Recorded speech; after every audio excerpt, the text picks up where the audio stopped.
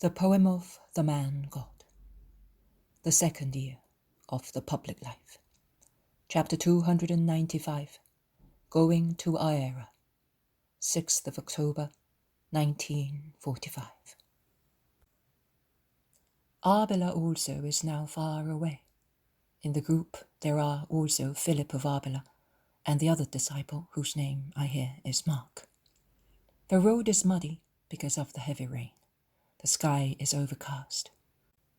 A little river, but quite worthy of this name, crosses the road to Aera.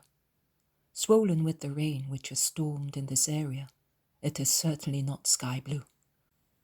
It is reddish yellow, as if the water had been flowing through furrous ground. The weather is now bad. You did the right thing in sending the women away. It is no longer the season for them to be on the road, states James sententiously. And Simon the Zealot, who is always calm in his devotion to the Master, proclaims, "Everything he does, the Master does well. He is not dull like us. He sees and arranges everything for the best, and more to our behalf than to his own." John, who is happy to be beside him, looks up at him with a smiling face and exclaims, "You are the dearest and best master the earth ever had, has or will have, besides being the most holy." "Those Pharisees? What a disappointment! Also the bad weather has helped them convince them that John of Endor was not there. But why are they so hostile to him?" asks Amastius, who is very fond of John of Endor. Jesus replies, "Their hatred is not against him or because of him. He is an implement which they maneuver against me." Philip of Arbela says, "Well, the rain has more than convinced them that it was useless to wait for and suspect John of Endor. Long live the rain! It served also to keep you in my house for 5 days. I wonder how worried those at Aera are. It is surprising that my brother has not come to meet us," says Andrew. "Meet us? He will be following us," remarks Matthew. "No, he was taking the road along the lake, because he was going from Gadara to the lake and by boat to Bethsaida to see his wife and to tell her that the boy is at Nazareth, and that he will be soon going back. From Bethsaida through Merim, he will take the road to Damascus for a little while, and then the road to Aera. He is certainly at Aera." There is silence. Then John says, smiling, "But that little old woman, Lord?" "I thought that you were going to grant her the joy of dying on your chest, as you did with Saul of Kerioth," remarks Simon Zealot. "I have loved her even more, because I will wait to call her to me when the Christ is about to open the gates of heaven. The little mother will not have to wait long for me. She now lives with her remembrance, and with the assistance of your father, Philip, her life will not be so sad. I bless you and your relatives once again." John's joy is darkened by a cloud thicker than the ones in the sky. Jesus notices it and asks, "Are you not glad that the old woman will soon be coming to paradise?" "Yes, but I am not, as it means that you will be going. Why die, Lord?" "Those who are born of woman die." "Will you have her only?" "Oh no. How joyfully will those proceed whom I save as God and whom I loved as man." They cross 2 more little rivers, one close to the other. It is beginning to rain on the flat region which stretches in front of the pilgrims after they have climbed the hills at the junction with the road, which follows a valley and runs northwards. A mighty mountain chain appears to the north, or rather to the northwest, but more north than west, with many clouds piling on the mountain tops, forming almost unreal new tops on the real ones, covered with the woods on the sides and with snow on the peaks, but the chain is very far away. There is water down here and snow up there. That is the chain of the Hermon. It has covered its summit with a large white blanket. If there is sunshine at Aera, you will see how beautiful it looks when the sun tinges the high peak with pink, says Timonius, who is urged by the love for his fatherland to praise the beauty of the country. But it is raining now. Is Aera still far? Asks Matthew. Yes, very. We shall not be there until this evening. In that case, may God save us from aches and pains, concludes Matthew, who is not very keen on walking in such weather. They are all wrapped up in their mantles, under which they hold their travelling sacks to protect them from dampness, so that they may change their clothes on arrival, as the ones they are wearing are dripping wet, and the bottom parts are heavy with mud. Jesus is ahead of them, engrossed in thought. The others are nibbling at their pieces of bread, and John says jokingly, There is no need to look for mountains to quench our thirst. It is enough to hold sore heads back and open our mouths, and the angels will give us water. Amastius, who, being young, is like Philip of Arbela and John, so lucky as to take everything humorously, says, Simon of Jonah was complaining of the camels, but I would rather be on one side of those towers shaken by an earthquake than in this mud.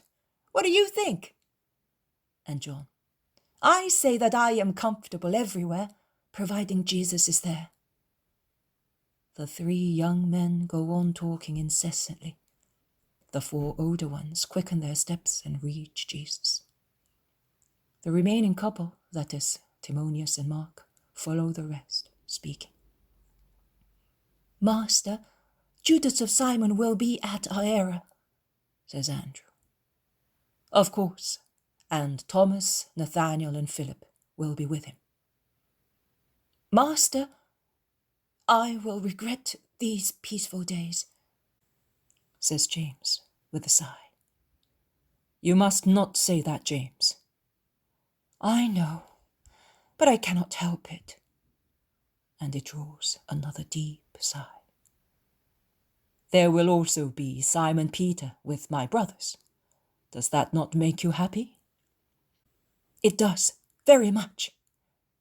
Master, why is Judas of Simon so different from us?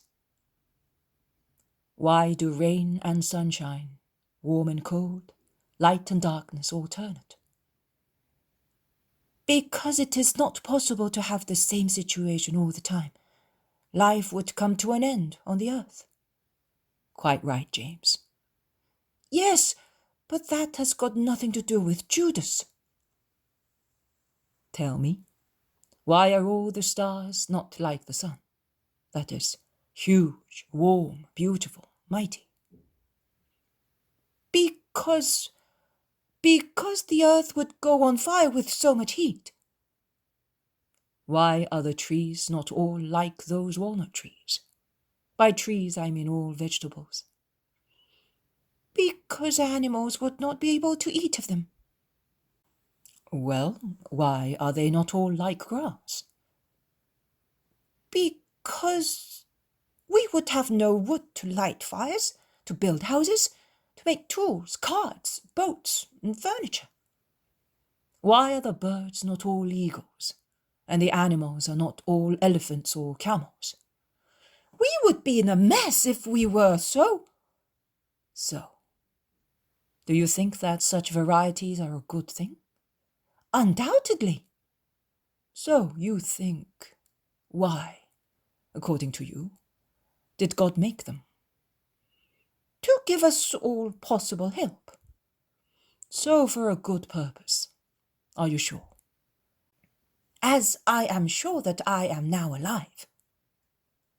Well, if you consider that it is right that there should be different kinds of animals, vegetables, and stars, why do you expect all men to be alike? Each man has his mission and his temperament. Do you think that the infinite variety of species is a sign of the power or powerlessness of the Creator? Of his power. One species enhances the other. Very well. Judas also serves the same purpose as you do with your companions, and your companions with you. You have 32 teeth in your mouth, and if you examine them carefully, you will see that one is quite different from another. Not only in their 3 basic groups, but each individuality in its group. And consider their task when you eat. You will see that also those which seem of little use and to be doing little work are instead the ones which fulfill the first task of breaking the bread and conveying it to others, which crunch it and then pass it to others, which turn it into soft pulp. Is it not so? You think that Judas does nothing or does wrong. I remind you that he evangelized southern Judea very well, and as you said yourself, he is very tactful with Pharisees. That is true, Matthew remarks. He is also very clever in collecting money for the poor. He can ask for it better than I can, probably because money disgusts me now. Simon Zealot bends his head, and he blushes so much that his face turns crimson. Andrew notices it and asks him, "Are you not feeling well?" "No, fatigue, I don't know." Jesus gazes at him, and he blushes more and more. But Jesus does not say anything. Timonius comes forward running. "Master, over there you can see the village before Aera. We can stop there or get some donkeys." "The rain is ceasing now. It is better to go on."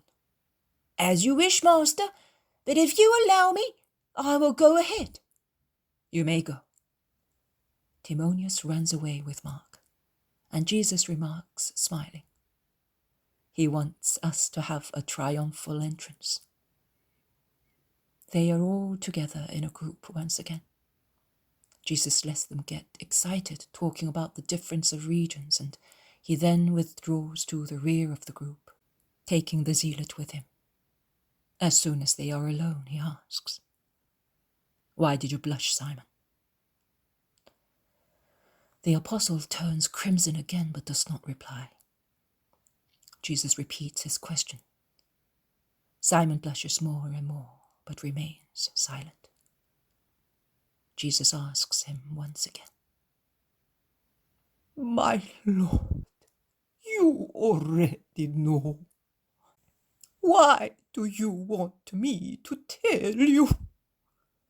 shouts the zealot sorrowfully as if he were tortured. "Are you certain?" He did not deny it, but he said, "I do so because I am provident. I have common sense. The master never thinks of the future, which we can say is true. But it is always,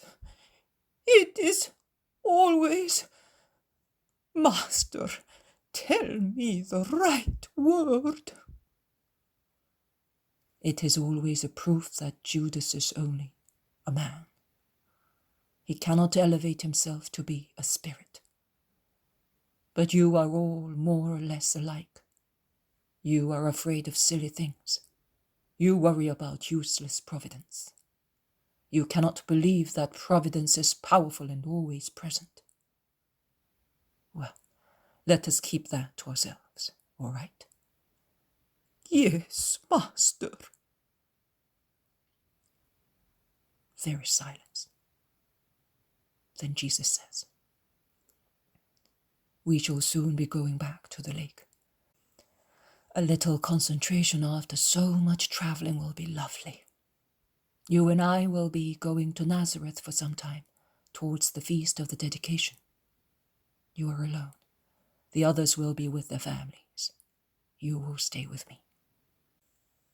My lord, Judas, Thomas, and Matthew are also alone.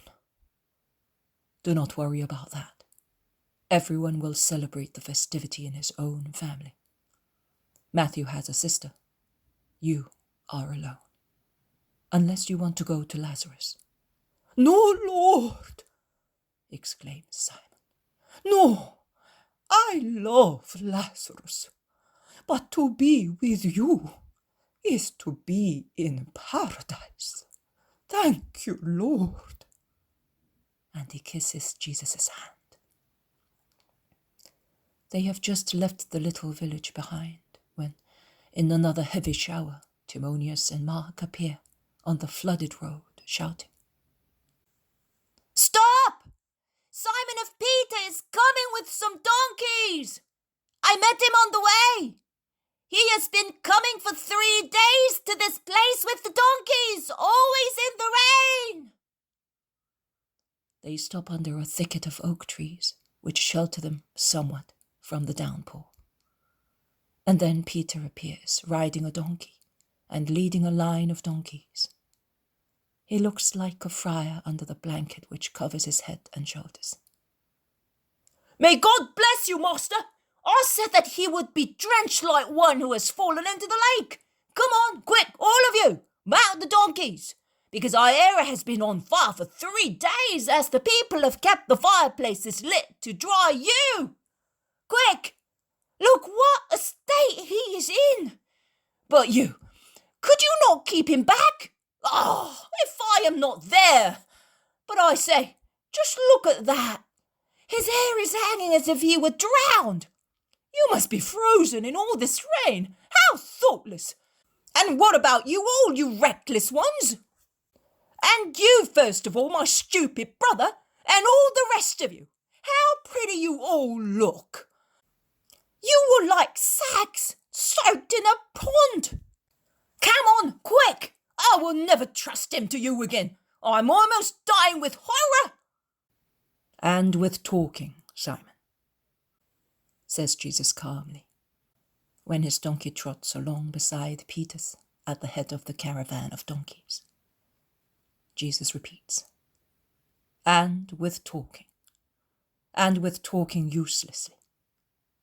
You have not told me whether the others have arrived, whether the women left, whether your wife is well. You have told me nothing. I will tell you everything. But why did you leave in all this rain? And why did you come? Because I was anxious to see you, my master. Because I was anxious to join you, my Simon. Oh, my dear master, how much I love you. Wife, boy, house, they are nothing. Nothing is beautiful without you. Do you believe that I love you so much? I do. I know who you are, Simon. Who? A big boy full of little vaults, under which so many lovely qualities are buried. But one is not buried, and that is your honesty in everything. Well, who was there at Aera? Your brothers, Judas and James. Judas of Iscariot with the others. Judas seems to have done a lot of good. Everybody praises him. Did he ask you any questions? Oh, so many. I did not reply to any of them. I said that I did not know anything. In fact, what do I know, except that I took the women as far as Gadara? You know, I did not tell him anything about John of Endor. He thinks that John is with you. You ought to tell the others. No. Like you, they do not know where John is. There is no point in saying anything else. But all these donkeys, for 3 days, what an expense. And the poor? The poor? Judas had loads of money and he sees to them. The donkeys cost me nothing. The people of Aera would have given us 1,000 for you without any charge. I had to raise my voice against them to avoid coming here with an army of donkeys. Timonius is right. Everybody believes in you here. They are better than we are. And he sighs. Simon, Simon, in Transjordan they honoured us. A galley slave, some heathen women, prostitutes. Women gave you a lesson in perfection. Remember that, Simon of Jonah, always. I will try, Lord. Here are the first people from Aera. Look how many. There is the mother of Timonius. There are your brothers among the crowds. There are the disciples whom you sent ahead of those who came with Judas Iscariot. And there is the richest man in Aera with his servants. He wanted you to stay in his house. But Timonius' mother asserted her rights and you will be staying with her. Look, there you're irritated because the rain is putting out the torches. There are many sick people, you know. They remained in town near the gates to see you at once. A man who owns a timber store sheltered them under the sheds. The poor people have been there for 3 days since we arrived, and we were surprised that you were not here. The shouts of the crowds prevent Peter from going on speaking, so he becomes quiet, riding beside Jesus like an equerry. The crowds, whom they have now reached, part, and Jesus passes through them on his little donkey, blessing them unceasingly. They enter the town. To the sick people at once, says Jesus, who pays no attention to the protestation of those who would like to take him into their houses to give him food and warmth, lest he might suffer too much. They suffer more than I do, he replies. They turn right, and there is the rustic enclosure of the timber store. The door is wide open, and complaining lamentations can be heard through it. Jesus, Son of David, have mercy on us! It is an imploring chorus as unchanging as a litany. Voices of children, of women, of men, of old people. They are as sad as the bleating of suffering lambs, as melancholy as the voices of dying mothers, as dejected as the voices of those who have but one hope left, as trembling as the voices of those who can but weep. Jesus enters the enclosure. He stands up as much as he can in the stirrups, and with his right hand up, he says with his powerful voice, "To all those who believe in me, health and blessing." He sits in the saddle once again and is about to go back to the road. But the crowds press him, and the cured people throng round him. And in the light of the torches which burn in the shelter of the sheds and illuminate the twilight, the crowds can be seen acclaiming the Lord in a frenzy of joy. And the Lord disappears in a flowery collection of cured children, whom mothers have put on his arms, on his lap, and even on the neck of the little donkey, holding them so that they might not fall. Jesus' arms are full of them, as if they were flowers, and he smiles happily, kissing them as he cannot bless them, since his arms are engaged in supporting them. The children are then taken away, and it is the turn of the old people, who have also been cured and are now weeping out of joy. They kiss his mantle and are followed by the men and women. It is dark when he can enter Timonius' house and rest near the fire, wearing dry clothes.